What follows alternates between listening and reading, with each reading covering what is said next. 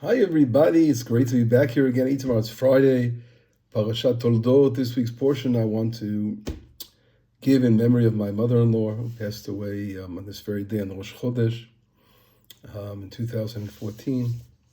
She was such a special woman, and this lesson is in her blessed memory. It's interesting, in the Torah, we know it's very, very important for a person who's God-fearing to speak the truth. As we see, it's mentioned in multiple places in the Torah, the importance of speaking the truth. I'll give a couple examples. If we look in Parashat Kitavo in Deuteronomy, it says, Yikimcha Hashem lo la'am, God will set you up as a nation, as a holy nation, as He swore to you. Ki tishmor et mitzvot Hashem Elokecha, you will watch over His statutes. Ve'halachta b'drachav, and you will go in God's footsteps. And what does it mean we will walk in God's footsteps? And the answer is, it says in the Talmud that the signature of Hashem, of God, is emet, truth. The first letter of the alphabet is Aleph, the middle letter of the alphabet is Mem, and the final letter of the alphabet is Tav. So it basically runs us across the entire alphabet. Truth is something that is very, very strong and steady and established. It goes from the beginning to the end and it's hinted in the alphabet itself. And therefore, God's signature is truth, and we have to walk in His footsteps by behaving properly in our speech and what we say, to say the right things, to speak the truth. And there are other examples, of course, and I'll bring down another one in Parashat Mishpatim in Exodus chapter 23, verse 7. It says, Midivar sheket tirchak, you must stay away from lying. Okay, another source is brought down in Leviticus. It says you will not steal, and our rabbis teach us that there's a form of stealing is lying to somebody, giving a false impression. When you tell somebody, for example, let's say you open up an expensive bottle of wine when a friend comes over and he thinks you open it for him, but in reality you know that you're going to go to a business meeting right after the meeting with your friend and you're going to bring that bottle of wine. So it's a form of stealing. You're giving a false impression that you want to honor him by opening that bottle of wine. In reality, you've meant something totally different, and that's a form of lying. So we see, and of course we know we can't, there are many instances of people trying to flatter, where the Torah prohibits flattering, to try to, again, anything that we're creating a false impression, where we really believe what we want people to believe. In all these ways, this is different forms of lying, and we're not allowed to do so. Now, why to open up with that, with those examples, is because the portion seems a little bit difficult. We see a couple of cases where I can bring you not only in our portion, but in the Torah itself, where we see stretching the truth, or a lack of, basically seems like a lack of honesty from looking at it on the outside, the first impression. And then we'll give an example in our portion right away. I'll bring down, I can go back a little. I'll start with our portion, but then go some other examples in other portions. For example, in our portion, it says, Vayeshev Yitzchak b'Gerar, Isaac was dwelling in Gerar, Vayeshalu anshe hamakom lishto, and the people of the place asked regarding his wife, Vayomer achoti, and he says it's his sister. So we see here, Isaac didn't tell the truth. And the reason the Torah here explains, of course, why. Ki yarei lemo ishti pen yaguni. He was worried that if he says it's his wife, they're going to kill him because she's a beautiful woman. So therefore, we see here Isaac not telling the truth. Of course, this is also, he learned it from his father Avraham. We see the same thing regarding Sarah. When Avraham does the same thing, when there's a famine in the land, he goes down to Egypt, and he says Sarah is his sister. So that's number one, where, if we're so important, as we said before, God's signature is truth, why were our forefathers allowed to lie over here, not say the truth regarding their wives, etc. That's number one. Let's go on. If we look again in our portion, we see in our portion it's really very stands out. That's why I decided to discuss this in this week's portion. If we look regarding Yaakov Avinu, was told by his mother to disguise himself as Esav and take the blessings that were meant for Esav, take the blessing. as we all know in this week's portion, it stands out very clearly. And so why was this whole thing, this whole Rivka and Yaakov lying and taking the blessing from Esav, that seems to be crooked, something very crooked, something very, very not nice. Why was that allowed to be done over here? Where is the truth that we spoke about? Not only that Yaakov, Jacob, is known as the man of truth, Emet. Jacob is known as the Tifelet in the different spheres. And Jacob represents the sphere of Tifelet, which is the sphere of truth, right? Abraham is Chesed, love and kindness. Isaac is judgment, and Jacob is truth. So where is the truth over here? If we go forward in the portion, we see again an example which I guess stands out less, but you got to pay attention to it. And here, I want to show you the next example. It says, "Vayagel Rivka divrei Esav bena gadol." Right? Rivka learned what Esav's intentions were. He wanted to kill Jacob after stealing his first, after stealing the blessings. And she calls her son Jacob, and she says to him, that Esav is plotting to kill you. And therefore, she says, run away to Lavan. Go to the house of Lavan, her brother, the whole story over there where he's going to find his wives. We all know eventually what happens over there. And she says, sit there for many days until he calms down, etc. And when it comes to verse number 46 in chapter 42 in our portion, Vatomer Rivka el Yitzchak, she says to Isaac something totally different. She says, Katzti b'hayai mipnei benot chet. She says, I totally, I despise my life from the daughters of Chet that were in the land, because Esav, as we all know, he took two daughters of Bnei Chet, and Rivka didn't like it, and Yitzchak didn't like that. So she says, if Jacob is going to take these daughters, he was now 40 years old, time to getting married, and, it's sort of overdue. And she was very nervous about that, and that's what she tells Isaac. And she says, therefore, she's not going to have any life if he's going to intermarry over here to these Hittite women. And then, of course, Isaac tells Jacob to go to Padan Aram to find a wife. But in reality, if we think about it, the real reason that she was nervous over here, it doesn't seem like it was really because of the Hittite woman. But it was really more, of course, we know for sure what the Torah has explained beforehand, which he doesn't reveal to Isaac. The real reason was the reason of Esav wanting to kill Jacob, and that's why she sent him off, not because she wanted him to find wives, really, although that was a nice combination. But in reality, we could say, we can really say that really wasn't her intention. So again, over here, we see a situation of not saying the whole truth over here. There's something lacking, okay? And I'll give a couple of quick examples. If we look in the Torah, I'm saying throughout the Torah, because we brought this concept up, if we look in Genesis chapter 50, it says, "Vayitzavu el Yosef leimor avicha tziva lefnei moto leimor." The children came over to Joseph and said, your father commanded before he passed away that Kotomul Yosef, say this to Joseph, Ana sana pesha achecha v'chatatam ki ra gmalucha. In other words, that Jacob is told, this is what the brothers are saying to Joseph, that their father told them to say to Joseph that Joseph should forgive them, right, and not hold any grudge for what they did selling him to Egypt. And that, in reality, we don't see the case anywhere.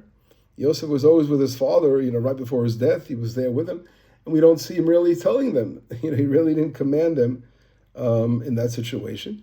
The brothers to tell this to Yosef, he would have said it right then to Yosef. Why would he say it to them?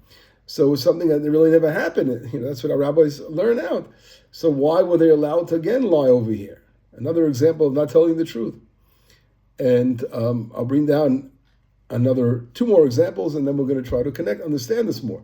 In the case of Samuel, if you look in Samuel chapter number 16, verse number 1, it says, Vayom Hashem el Shmuel.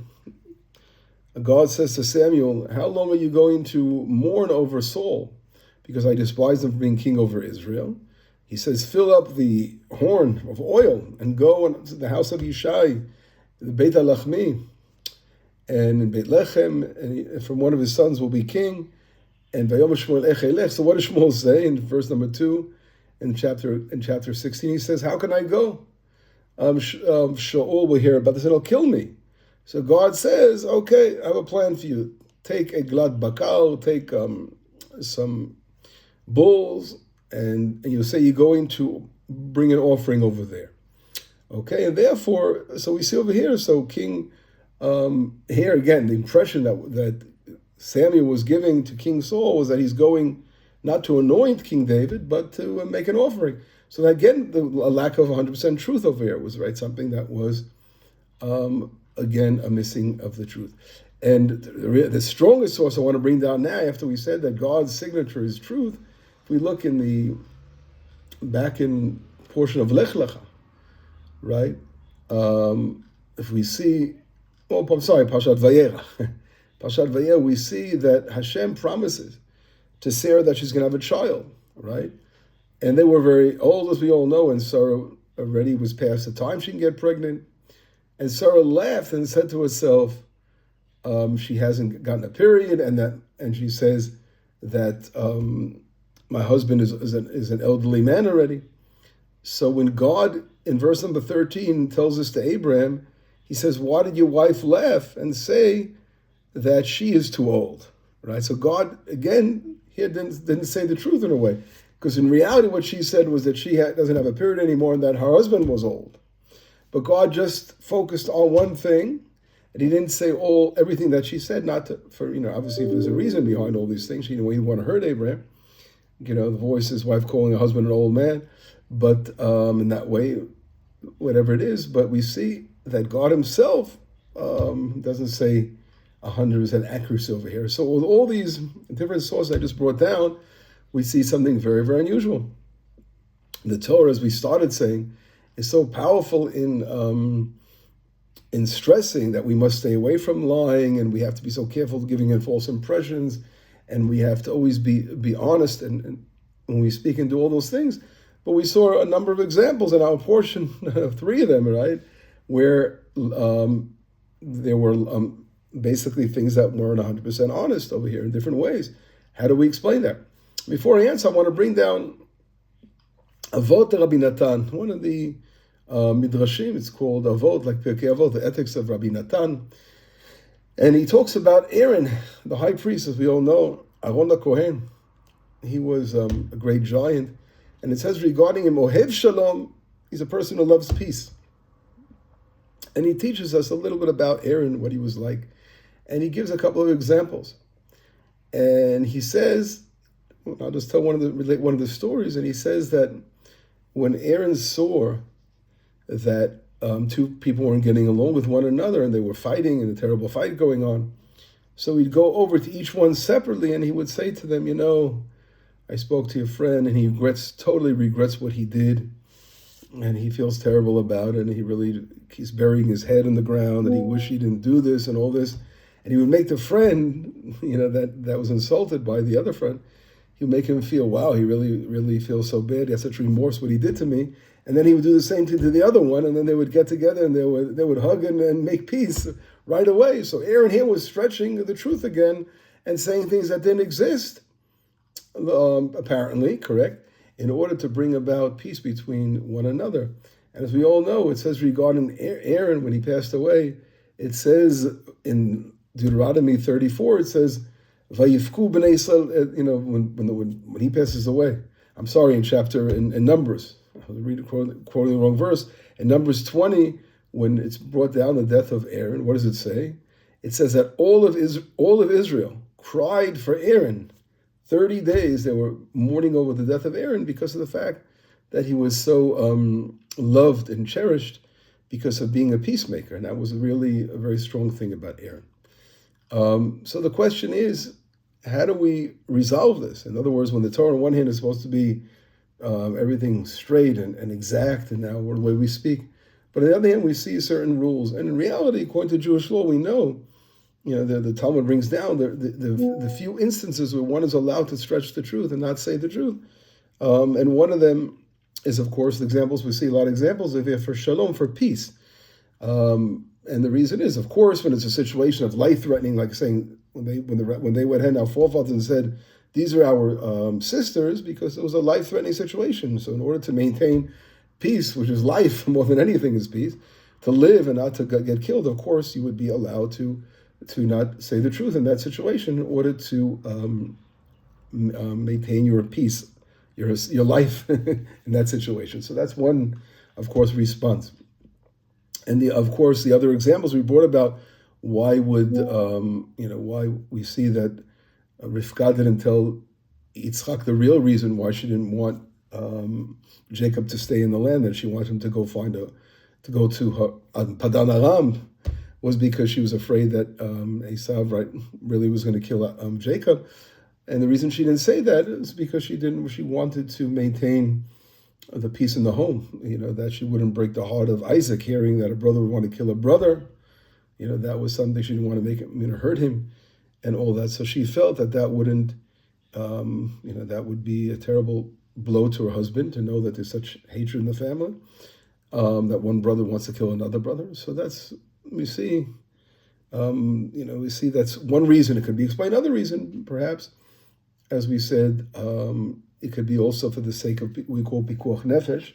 Pikuach nefesh is for saving a life, for peace, like that, as I said before. And that she would have said, if she would have told Isaac, perhaps, that he was going to kill Jacob, he wouldn't believe that it's not true. He would have convinced him, no, don't worry about it.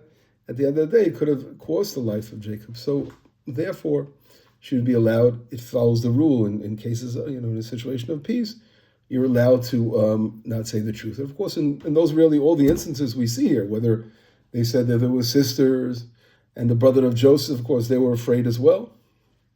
They were very afraid that Joseph would come against them at the end and take revenge for what they did to them.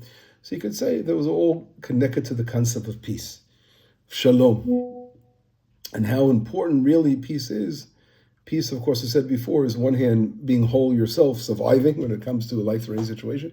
And of course, peace is what we saw with Aaron, trying to bring peace with one another. Because when there's battles and war between individuals, God forbid, that could lead to terrible things, as we see. There's nothing worse than fighting and not getting along with one another.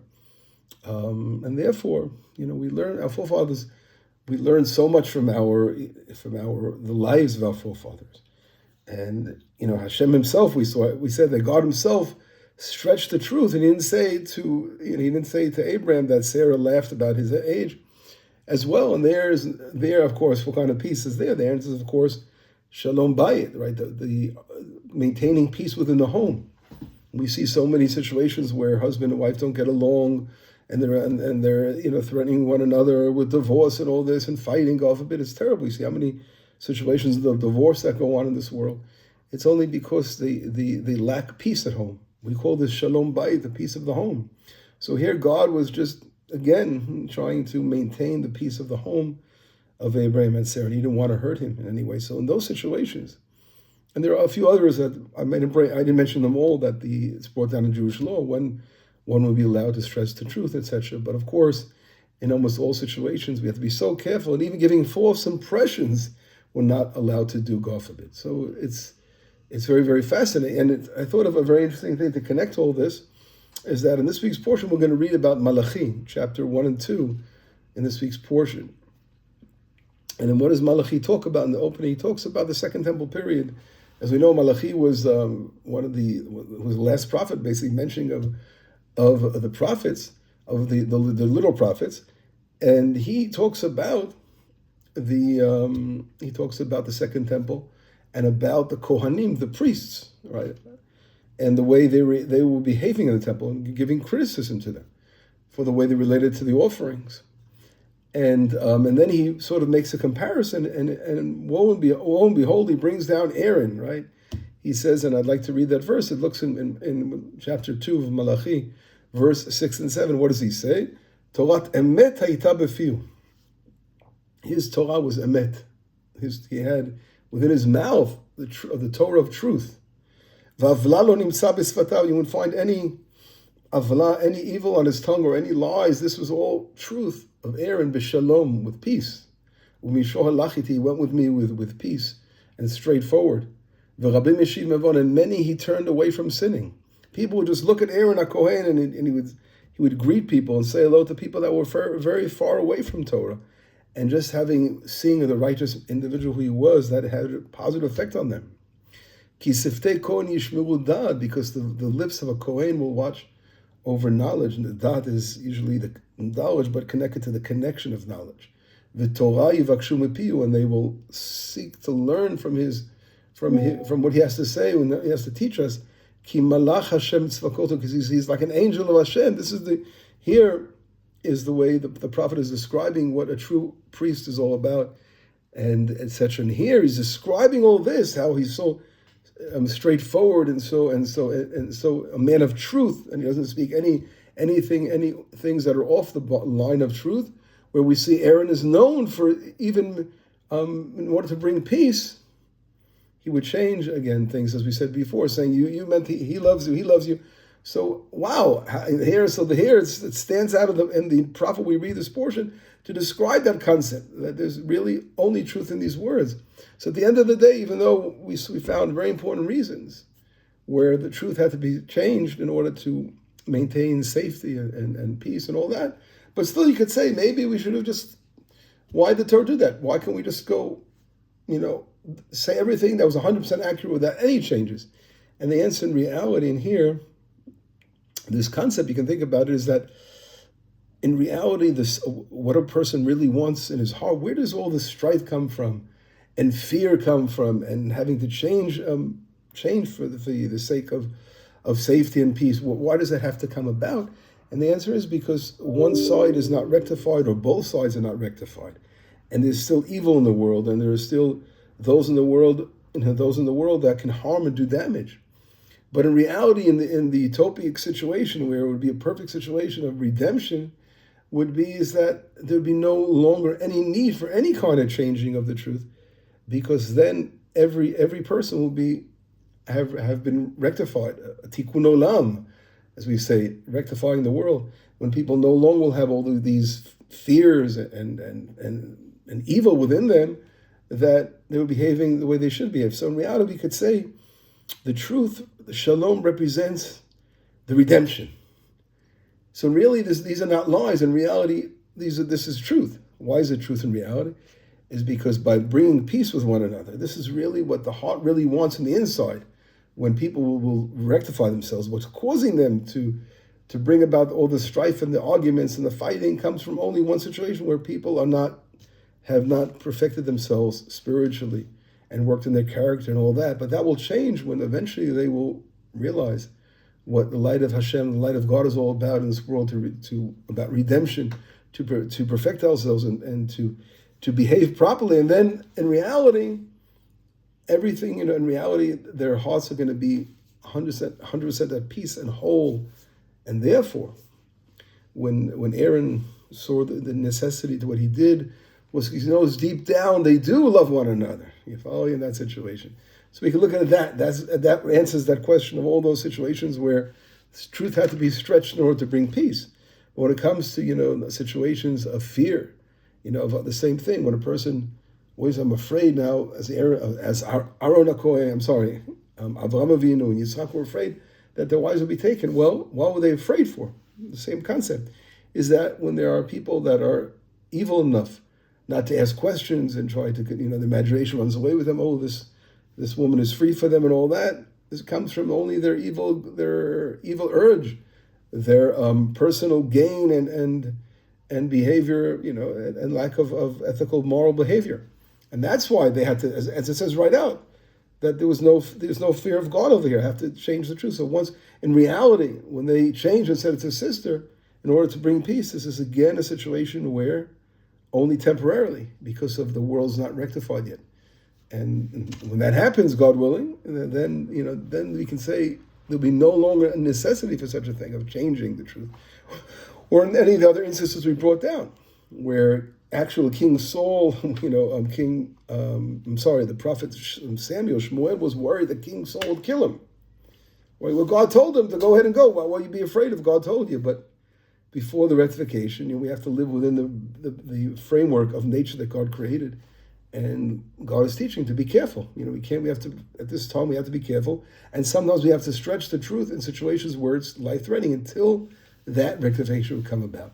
So anyway, these were some examples focusing on this portion of Toldot where we see the stretching of truth, the telling of things that are not so clear.